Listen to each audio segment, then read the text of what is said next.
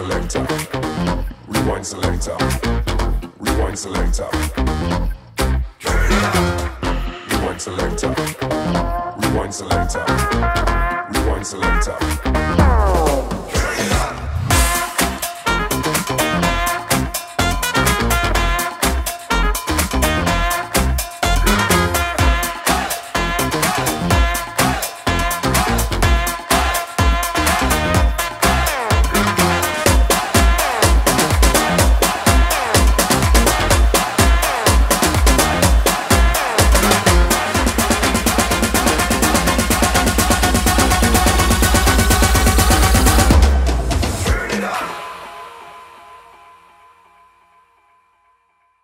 Hai, halo, selamat siang Moms and Dads. Apa kabar semuanya? Mudah-mudahan semua selalu dalam keadaan baik dan sehat dimanapun Moms and Dads berada ya.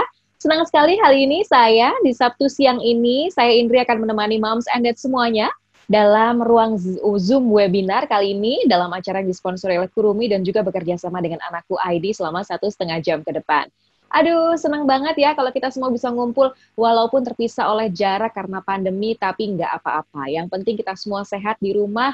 Siang-siang begini mungkin sedang menghabiskan waktu bareng sama anak-anak atau yang lagi anak-anaknya lagi pada bobo siang, terus kita semua bisa ngumpul di sini, Moms ya. Boleh banget kita sambil sama-sama sharing tentang topik yang hangat-hangatnya nih dibicarakan sama semua Moms and Dads juga pasti di luar sana. Kalau selama pandemi, kenapa ya alergi tungau kok meningkat? Apa gitu penyebabnya? Nanti kita akan cari tahu jawabannya apa bersama dengan salah seorang narasumber yang akan kami hadirkan juga untuk hari ini. Tapi sebelumnya, saya mau sapa dulu semua Moms and Dads yang hadir di sini. Halo, apa kabar? Jangan lupa untuk tetap terapkan protokol kesehatan dimanapun Anda berada ya. Jangan lupa untuk tetap rajin cuci tangan, lalu kemudian juga jaga jarak dan pakai masker kalau harus keluar rumah. Selamat siang saya untuk teman-teman yang sudah bergabung. Hai Mbak Bunga, apa kabar? Mam Restu juga apa kabar? Katanya gini, ada juga yang lagi offin video karena lagi nyusuin bayinya. Aduh, nggak apa-apa banget. Pokoknya semuanya harus stay di sini bareng sama kita 1,5 jam ke depan karena saya punya banyak sekali hadiah yang akan dibagikan untuk kita semua siang hari ini ya.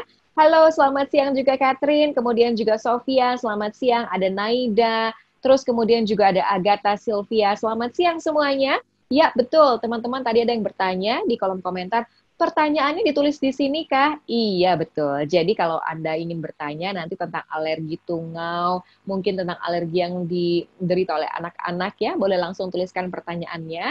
Untuk itu jangan lupa juga tuliskan nama, kemudian spasi domisili dan juga spasi pertanyaannya.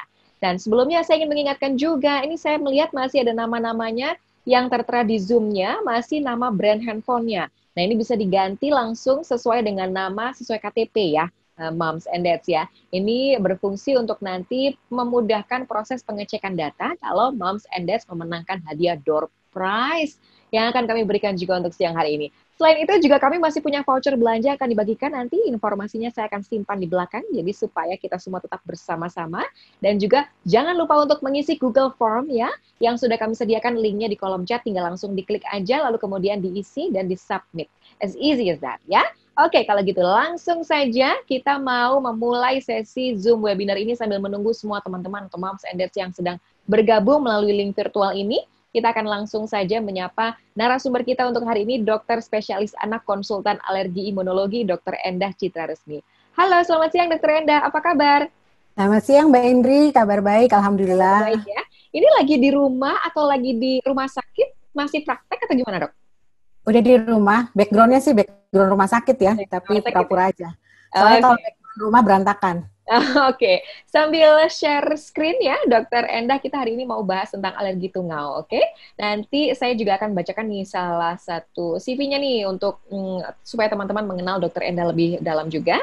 Jadi Dokter Endah, pendidikan terakhirnya ada Pediatric Allergy and Immunology Consultant di Faculty of Medicine di UI di tahun 2016, lalu kemudian juga saat ini sedang menjabat sebagai Head of Child Health Department di Rumah Sakit Harapan Kita, kemudian juga Head of Pediatric Allergy and Immunology Division di Harapan Kita juga, dan juga Head of HIV Team di Rumah Sakit Harapan Kita. Ini pasti banyak nih dok, pasien-pasien Dokter Endah yang sudah hadir semua di Zoom ya. Nanti kita akan coba untuk ngobrol, chat-chat langsung, konsultasi. Untuk teman-teman yang ingin raise hand juga boleh, nanti silakan langsung tanyakan pertanyaannya kepada Dokter Endah. Dokter Endah silakan share screen-nya. Materi apa yang Oke. hari ini akan dibahas? Baik, silakan Dokter Endah, waktunya. Baik, makasih Mbak Indri. Selamat siang, Assalamualaikum warahmatullahi wabarakatuh. Terima kasih kepada panitia yang sudah mengundang saya untuk kita berdiskusi ya. Saya bukan mau ngajarin apa-apa. Kita berdiskusi tentang masalah kita sehari-hari. Dan kebetulan memang ini masalah yang sekarang lagi banyak saya jumpai di praktek sehari-hari. Anak-anak yang mulai ada gejala alergi pada saat diam di rumah ya. Jadi benar nggak sih alergi tungau debu ini meningkat pada saat pandemi? Apa penyebabnya ya? Baik, ini adalah hal-hal yang akan saya bicarakan. Kita bicara soal tungau debunya, kita bicara gejalanya, kemudian nanti penghindarannya. Nah, sebentar. Oke. Tungau debu rumah ini sebenarnya adanya di mana sih? Adanya adalah di debu rumah ya. Jadi sebenarnya ini adalah tungau. Tungau itu sejenis seperti binatang kecil, nanti kita lihat ya. Banyaknya di mana? Banyaknya di karpet, tempat tidur, sofa yang berbahan kain dan boneka kain ya. Makanan dari tungau ini adalah serpihan kulit manusia, makanya dia ada di mana manusia berada ya. Jadi paling banyak adalah di area di dalam rumah yang sering digunakan. Nah, itu biasanya tumpukan debunya banyak dibanding area lain ya. Jadi nanti fokusnya kalau misalnya ibu-ibu punya rumah yang besar, apakah semuanya harus punya perhatian yang sama? Sebenarnya belum tentu, tidak perlu. Yang terutama nanti akan diperhatikan adalah area di mana kita sering berada ya. Oke, tungau debu rumah ini ternyata senang dengan kelembaban karena dia menyerap kelembaban dari lingkungan. Dia nggak minum, tapi dia menarik udara lembabnya ke dalam tubuhnya. Kemudian dia makan bahan organik, yang dia makan adalah serpihan kulit manusia dan juga partikel kulit hewan. Nah, ini biasanya dengan bantuan degradasi jamur. Jadi jamur tuh di mana berada? Jamur itu di tempat lembab. Jadi pas banget. Udara lembab, tempat lembab, ada jamur, ada serpihan kulit manusia, ada serpihan kulit hewan ya. Intinya adalah tungau debu rumah ini butuh sarang untuk hidupnya. Jadi makanya dia nanti di tempat misalnya kasur, di karpet gitu, dia sarangnya. Sumber makanannya apa? Serpihan kulit kita, makanya banyaknya nanti di tempat tidur karena kulit kita banyak yang terlepas di kasur, di karpet gitu, dan butuh kelembaban yang cukup ya. Nah, sayangnya Indonesia itu negara dengan kelembaban yang cukup tinggi. Sebetulnya tungau debu rumah ini jarang di iklim yang kering dan di dataran tinggi seperti pegunungan. Nah, kalau di area dengan negara 4 musim, kalau musim dinginnya berkepanjangan, biasanya lingkungan indoornya sangat kering. Jadi sebenarnya bebas dari tungau debu ya. Tapi kalau Indonesia kita ini cukup lembab. Jadi sangat banyak anak-anak yang kemudian alergi terhadap tungau debu ini ya. Kapan terjadi paparannya tungau debu rumah ini? Sebenarnya yang bisa menyebabkan alergi adalah bukan tungaunya saja, tapi partikel tinjanya. Jadi kan tungau ini binatang, dia akan mengeluarkan tinja. Tinja ini adalah campuran dari protein alergen, endotoksin, dan enzim. Nah, partikel tinja dan partikel tungaunya ini relatif besar dan berat. Tapi kalau kita, artinya apa kalau besar dan berat? Dia akan mengendap. Nah, tapi kalau misalnya kita, ibu-ibu di Indonesia hobi ini ya, kalau kalau beresin kamar pakai apa tuh? Sapu lidi. Nah, atau kita pakai kemoceng ya, itu akan membuat tungaunya akan menjadi airborne. Nah, tapi airborne-nya nggak lama, dia akan mengendap kembali. Jadi kalau kita sudah diamkan itu tidak ada alergen yang terdeteksi di udara dalam 15 menit.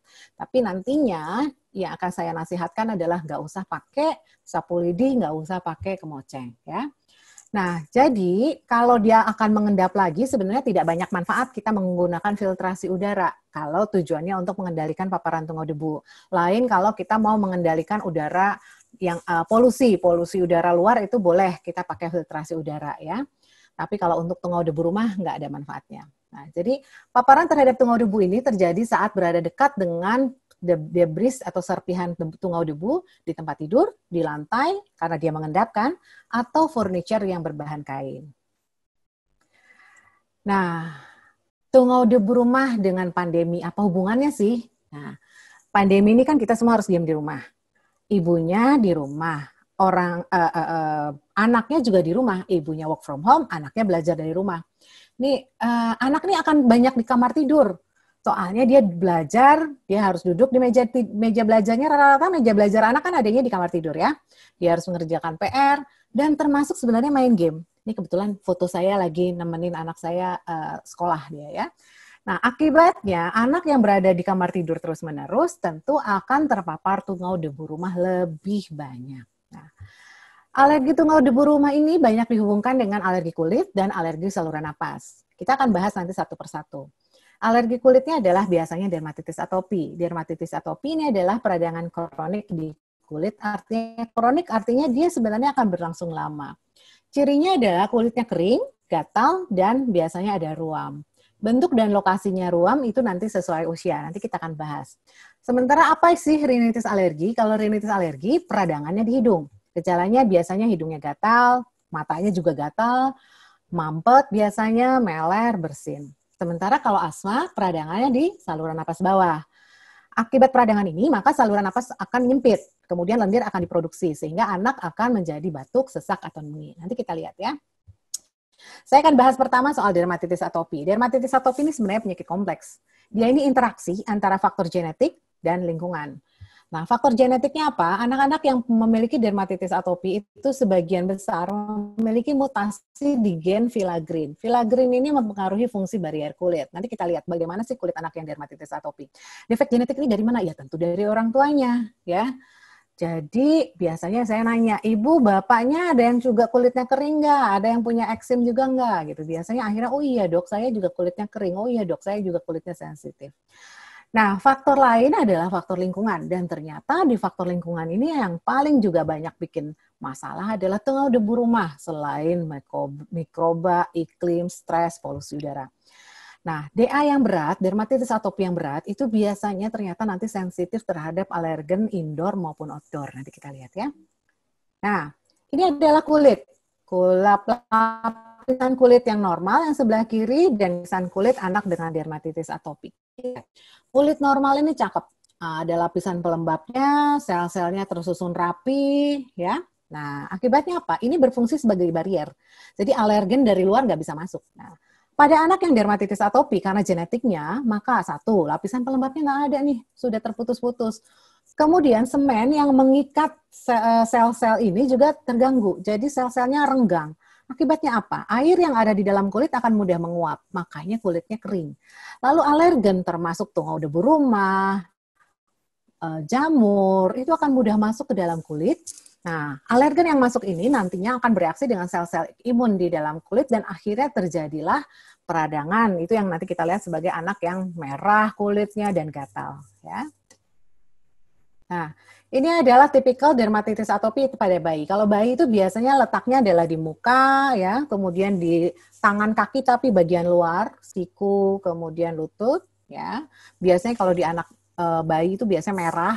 Nah, kalau anak yang lebih besar, biasanya kenanya ke lapisan lebih lipatan. Jadi ini di lutut, di belakang lutut, ya, kemudian di siku, leher biasanya, di dahi, kemudian di lipatan tangan dan pergelangan tangan dan pergelangan kaki. Ya.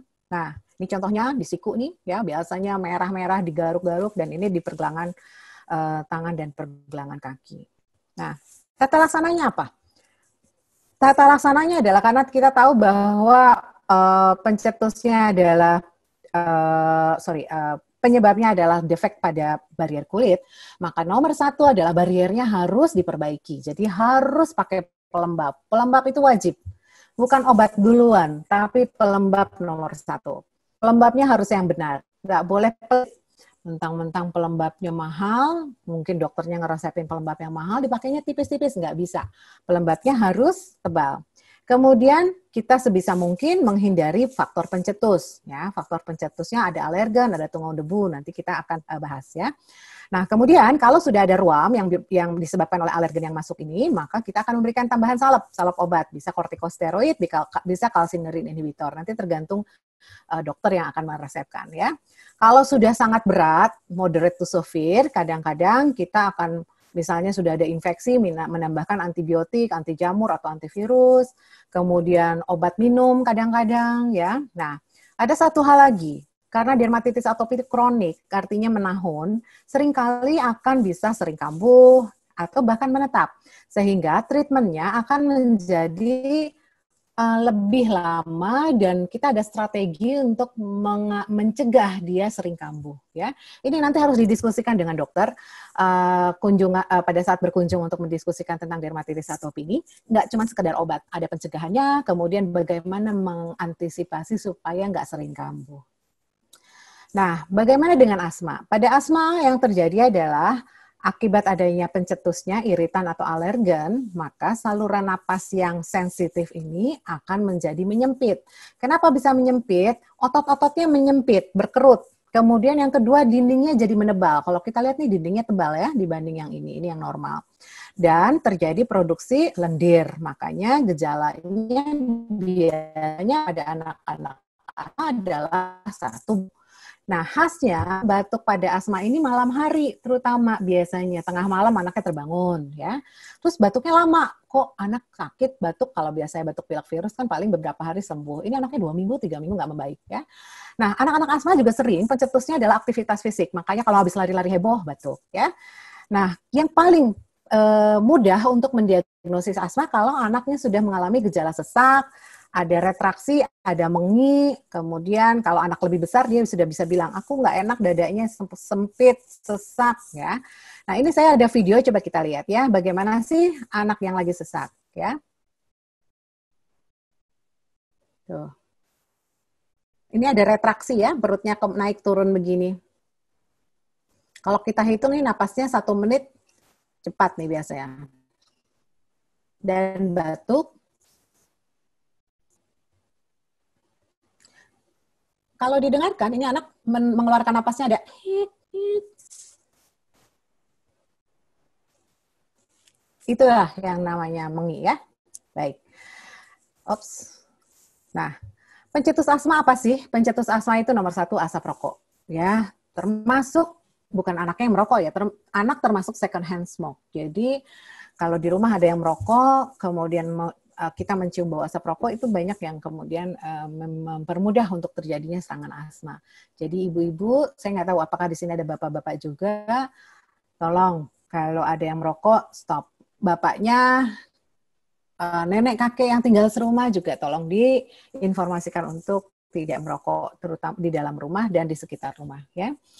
Nah, kedua adalah yang paling sering kalau di Indonesia adalah tungau debu rumah. Nah, tapi tidak berhenti di situ saja, kita juga punya problem lain. Ada yang polusi asap kendaraan, asap kebakaran, pabrik, ya.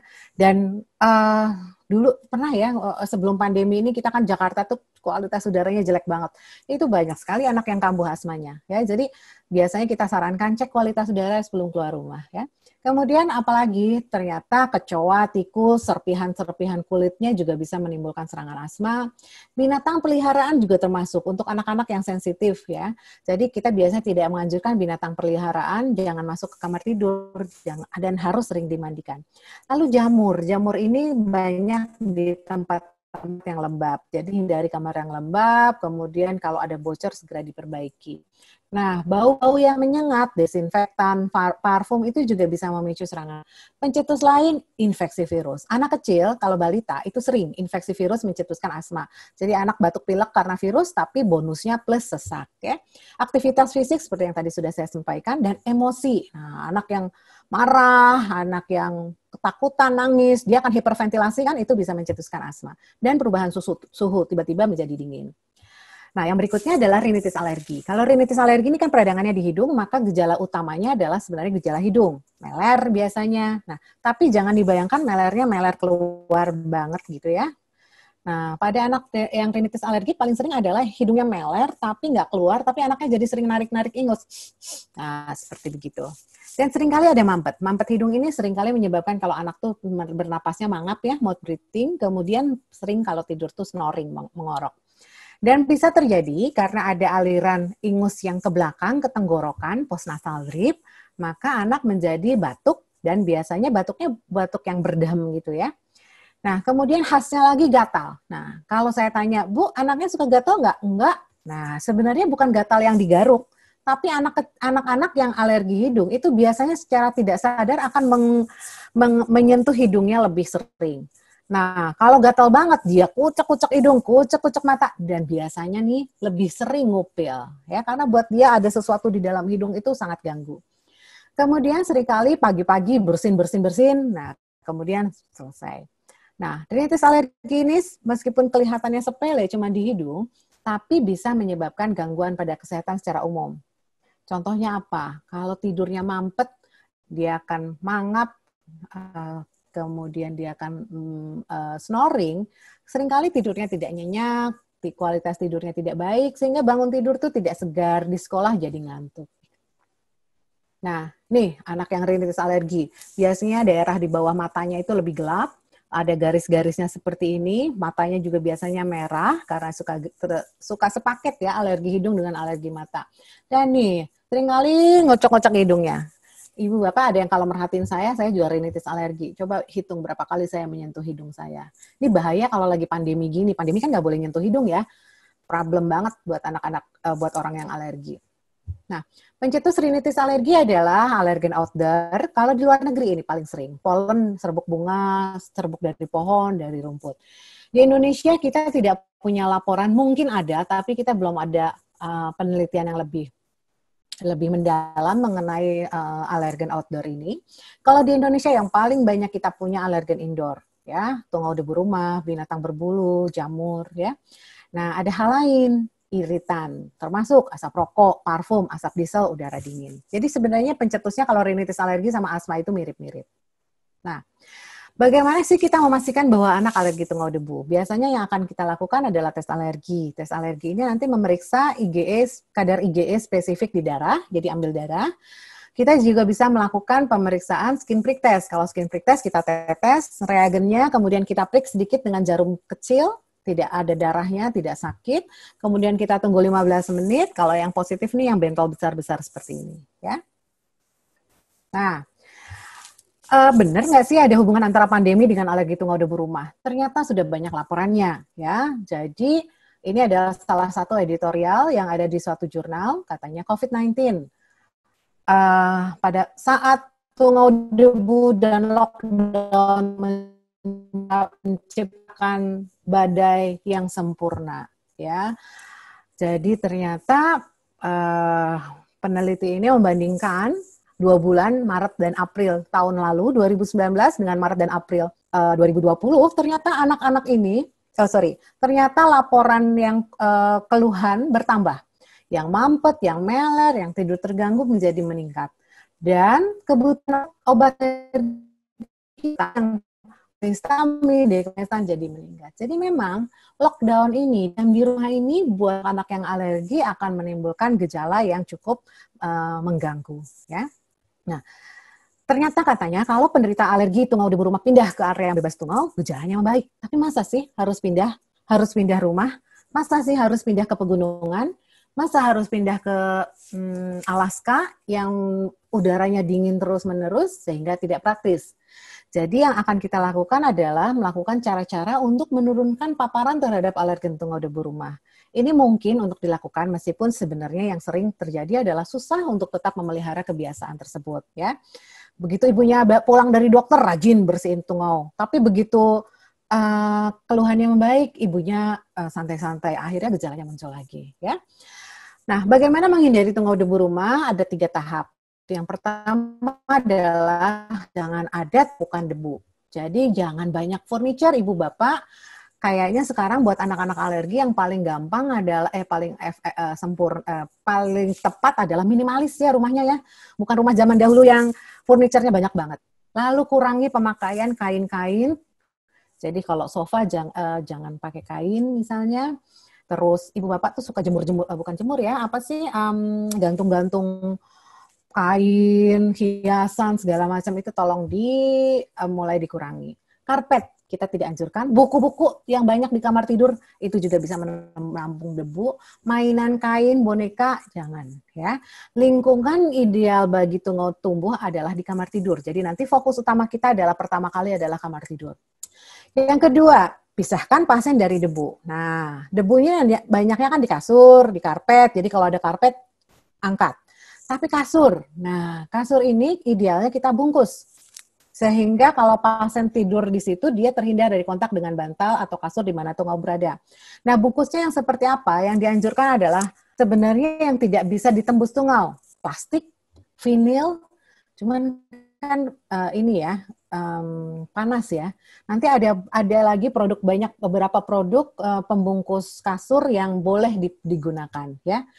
Kemudian hindari kontak langsung dengan aliran AC baik di rumah maupun di mobil. Nah, bisa juga pakai AC yang ada filter mikronya untuk membantu menurunkan paparan tungau. Nah, debu itu dilap, debu itu dilapnya dengan kain basah. Jangan gunakan kain kering, jangan pakai kemoceng, jangan pakai sapu. Menghindari debu berterbangan. Nah, yang berikutnya adalah turunkan tungau debu rumahnya atau tinjanya. Nah, kain itu harus dicuci secara rutin kalau bisa dengan suhu tinggi, ya. Termasuk apa-apa yang kita simpan di lemari atau di laci. Kalau lebih dari 2 minggu, di situ biasanya tungau ada, ya.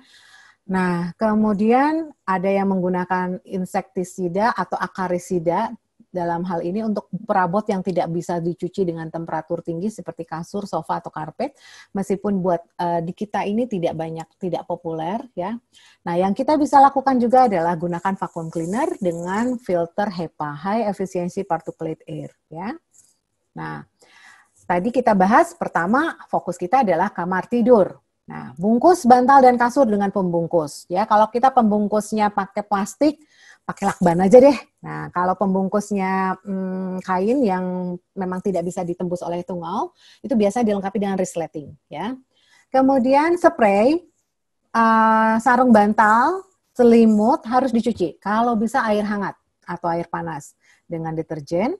Kemudian kalau bisa keringkan, ya, dengan pengaturan panas, ya. Jadi di pengering listrik atau kalau di kita mungkin langsung jemur di luar, di tempat panas, ya. Kalau diperlukan, jangan pakai selimut tebal. Selimutnya ganti dengan yang tipis yang bisa dicuci. Termasuk gorden. Kalau saya biasa nganjurin gorden juga jangan yang tebal-tebal. Gorden yang gampang dicuci. Jangan gunakan bed cover, comforter, atau bungkus dengan pembungkus dengan tenunannya yang halus. Jangan tenunan yang besar-besar. Karena kalau tenunan besar-besar, maksudnya serat kain yang tenunan kasar itu biasanya bisa menembus tungau debu rumahnya masih bisa menembus ya. Nah, gunakan penutup jendela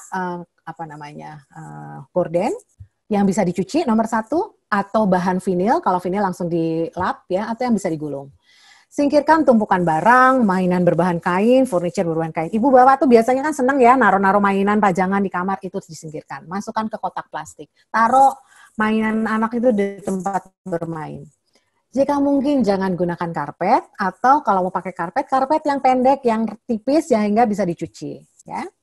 Yang berikutnya adalah di tempat lain, di ruangan lain, kurangi furniture berbahan kain, terutama kalau sofanya udah tua. Nah, kebenaran ibu bapak pulang dari sini, ajuin proposal sama pak suami, minta untuk ganti sofanya, katanya udah tua nih, udah 10 tahun. Nah, kalau mungkin ganti karpet dengan lantai yang licin dan bisa dipel, ya. Kemudian vakum setiap minggu menggunakan pembersih yang dilengkapi sistem filtrasi HEPA. Kemudian penutup jendela harus bisa dicuci dengan bahan vinil atau yang bisa digulung. Dan usahakan mengendalikan kelembaban udara di bawah 50%, ya. Nah, ini gimana strateginya kalau di Indonesia nanti kita lihat di belakang ya. Nah, yang ketiga, perlu nggak sih ganti rumah, pindah rumah? Nah, secara umum penderita alergi tidak perlu pindah rumah. Kecuali, saya nggak tahu ya, kalau di sini kita ada apartemen kan, kalau tinggalnya di basement atau di rumah yang sangat lembab, itu memang dianjurkan untuk pindah rumah. Jadi kalau ibu bapak mau cari rumah, jangan yang lembab ya. Nah, kemudian kayaknya sih kalau yang tinggal di basement sih tidak ada ya. Nah, tapi biasanya orang yang alergi debu itu lebih ideal untuk tinggalnya di minimal lantai 2 atau jadi di apartemen atau di rumah itu minimal di lantai 2. Karena lantai bawah itu lebih banyak tungau debu rumahnya, ya. Nah, ini tadi bagaimana mengurangi kelembabannya. Kalau di Indonesia buka jendela, ya. Kecuali kalau ternyata rumah kita ini dekat dengan jalan raya atau banyak pepohonan sehingga serbuk-serbuknya malah masuk ke dalam rumah. Atau tetangga kita malah ternyata bakar sampah atau ada yang renovasi rumah. Itu sih ventilasinya bukan untuk mengurangi kelembaban, malah menyebabkan menambah problem dari luar. Singkirkan jamur, perbaiki kebocoran kamar mandi dan atap, ya. Nah, kamar mandi supaya tidak lembab, kita bisa pakai extraction fans, dapur juga, asap dapurnya supaya tidak kemana-mana, kita bisa pakai exhaust, ya. Kemudian jangan letakkan mesin pengering baju di dalam rumah, karena nanti airnya ini akan air dari yang dikeringkan ini akan membuat lembab di dalam rumah. Kecuali kalau saluran airnya langsung dibuang keluar. Jangan jemur cucian di dalam rumah ya Ibu Bapak. Ini kan lembab ya, jadi akan menambah kelembaban. Dan jangan letakkan akuarium di kamar tidur. Nah, kalau tempat tidurnya gimana? Nah, nomor 1 tempat tidur anak nih, tempat tidur bayi biasanya ini lungsuran.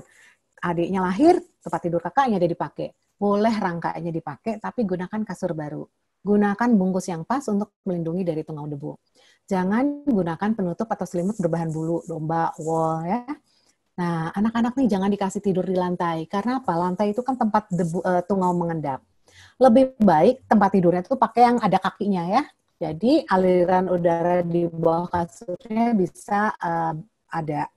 Kemudian jangan gunakan bunk bed, tempat tidur yang bertingkat. Karena apa? Anak yang tidur di bawahnya, sementara di atasnya itu kasur yang kasur di atas itu yang akan nampung debu. Jadi anaknya akan jadi kayak kesiram debu terus-menerus itu dari atas. Ya. Nah, demikian yang bisa saya sampaikan. Terima kasih. Mudah-mudahan bisa ada manfaatnya untuk kita menghadapi anak-anak yang alergi terhadap tungau debu rumah ini. Ya.